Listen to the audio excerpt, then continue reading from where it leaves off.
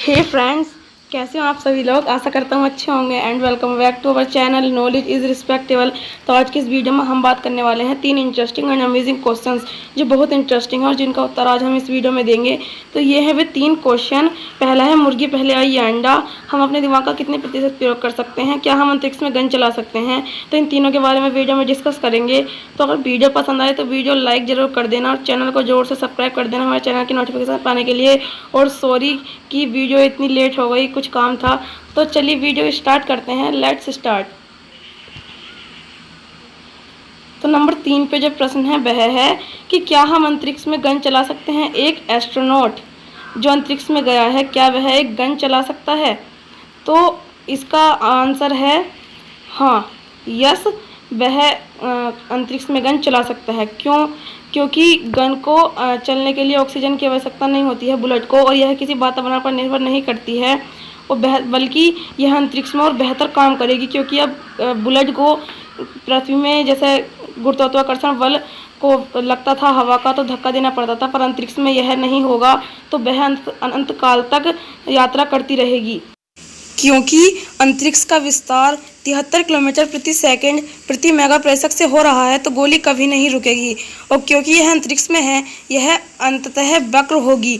Bullet की कक्षा भिन्न होगी, बुलेट की गति और स्थिति के आधार पर उस व्यक्ति की कक्षा से अलग होगी जिसने इसे निकाल दिया था।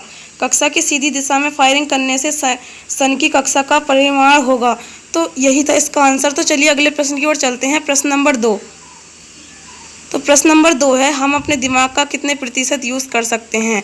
तो बहुत से लोग जो सोचते हैं वह सोचते हैं कि हम अपने दिमाग का सिर्फ 10% यूज़ कर सकते हैं। तो यह बात है बिल्कुल गलत कि हम अपने दिमाग का 10% यूज़ कर सकते हैं। हम अपने दिमाग का 100% यूज़ कर सकते हैं। दरअसल बात यह है कि हमारे दिमाग में 90% गैलियल कोशिकाएं होती हैं, और बाकी का जो 10% कोशिकाएं होती हैं वह होती हैं न्यूरॉन कोशिकाएं। तो जो 90% गैलियल कोशिकाएं होती हैं वह 10% न्यूरॉन कोशिकाओं को पोषण देने का कार्य करती हैं। तो इसका बहुत से लोगों ने गलत अर्थ निकाल लिया कि हम अपने दिमाग का सिर्फ 10% ही यूज़ कर सकते हैं।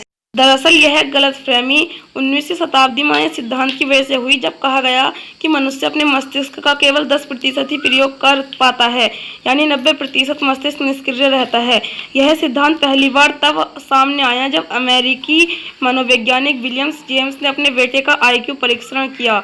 उसके बाद कहा कि मनुष्य अपने दिमाग का पूरा इस्तेमाल नहीं करता। 1907 में विज्ञान पत्रिका में एक लेख प्रकाशित हुए जिसे विलियम जेम्स ने ही लिखा था। इसमें कहा कि हम अपने मस्तिष्क में उपस्थित मानसिक भौतिक संसाधनों का केवल एक छोटा सा सही उपयोग करते हैं, यानी मनुष्य अपने मस्तिष्क का केवल 10% ही प्रयोग करता है।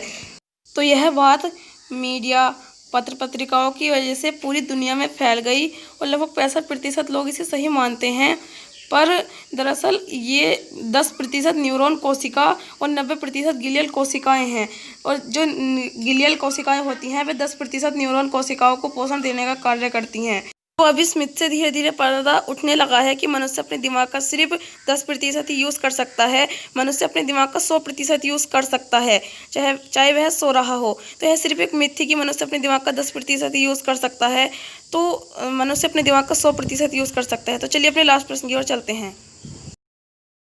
लास्ट प्रश्न है वह है कि मुर्गी पहले आई या अंडा।